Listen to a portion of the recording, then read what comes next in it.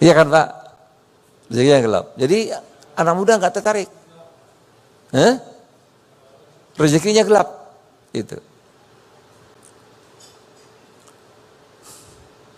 Dan karena semua pasar bebas tadi itu, maka sumber-sumber daya dikuasai pemilik modal Pak. Itu konsekuensi daripada pasar bebas. Ini ada Gubernur BI, deputi senior. Puluhan tahun himbara perbankan itu, ribuan triliun itu, yang kendalikan pemilik modal. Pak Kiai nggak bisa. Nggak bisa. Saya baru ngadepi karena dikasih tugas pondok presiden untuk membangun koperasi desa. Saya cerita. Koperasi kalau mau pinjam uang, Masya Allah susahnya. Sulitnya luar biasa Pak. Saya rundingan dengan Menteri Keuangan, harus ada peraturan khusus, lahirlah peraturan Menteri Keuangan nomor 49. Udah bisa Bu Menteri ambil pinjam uang? Belum. Lahir lagi peraturan anaknya, peraturan tadi punya anak lagi Pak. Peraturan Menteri Keuangan nomor 63. Udah berapa bulan? Presiden sudah ngomel, udah marah. Kok lama sekali? Sudah bisa ambil uang Bu? Belum bisa. Lahir lagi aturannya, anaknya. Namanya IUC. Saya baca Pak aturannya itu. Orang mau minjam 10 triliun lebih mudah daripada koperasi minjam 3 miliar.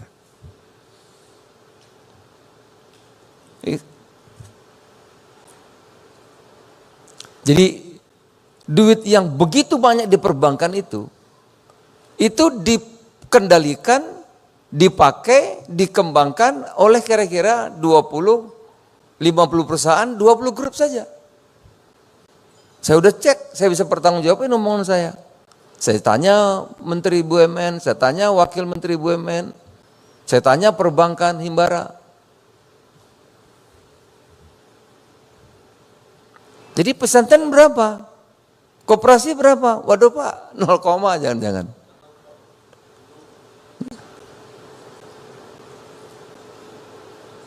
Saya juga mantan Menteri Kehutanan.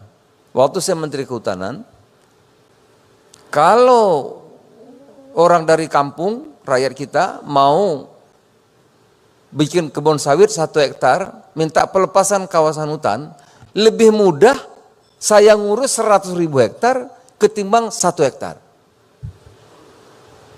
Ya kalau begitu kata rakyat, ya sudah nggak usah ngurus saja, garap aja. Nggak usah punya surat. Itu pasar bebas Pak.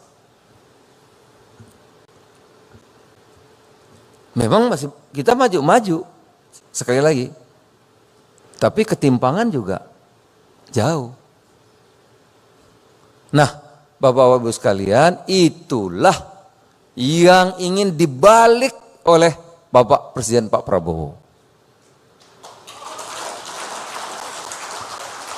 Gampang? Tidak. Karena udah berkarat, sudah 28 tahun. Ini yang ingin dibalik Pak. Kalau dulu negara kuat, kita bangun IPTN, kita bangun PT PAL, kita bangun petrokimia, kita bangun Bulog, kita bangun pabrik pupuk. Sekarang negara yang bangun jalan. Belum ada yang lain. Karena negara habis uangnya untuk bansos. Bansos. Ya, subsidi. Kenapa bansos subsidi besar? Karena rakyatnya nggak berdaya.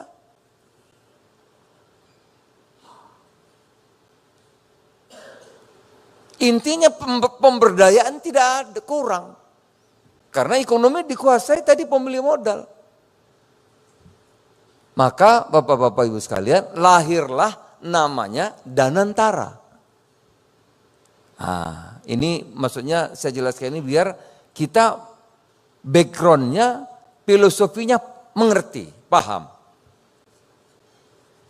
Karena kalau kita nggak paham nanti kan sepotong-sepotong, pahamnya salah Pak. Ya. Maka lahirlah Danantara, uang yang banyak tadi itu diambil dulu Pak. Yang tadi diputar-putar oleh pemilik modal, diambil dulu untuk Danantara. Untuk apa Danantara? Agar bisa mengembangkan hilirisasi.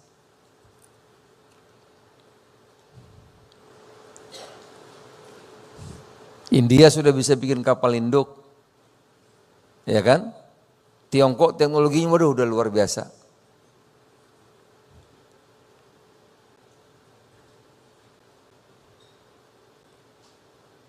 Kita masih diskusi bunga bank haram riba. Nah, itu. Jadi Danantara ini agar hilirisasi kita bisa membangun dari nikel kita sampai baterai. Nah, sekarang kita nggak bisa Pak. Kita punya nikel tapi kita jual jadi tanah air. Nikel dijual Pak. Atau kalau hilirisasi di sini yang bangun semua dari luar. Kita ya jadi buruhnya lagi. Nah, ini tidak. Danantara akan mengembangkan hilirisasi berbagai hal. Hasil tambang, pertanian. Misalnya minyak sawit itu bisa jadi mentega, bisa jadi kosmetik, bisa jadi macam-macam Pak.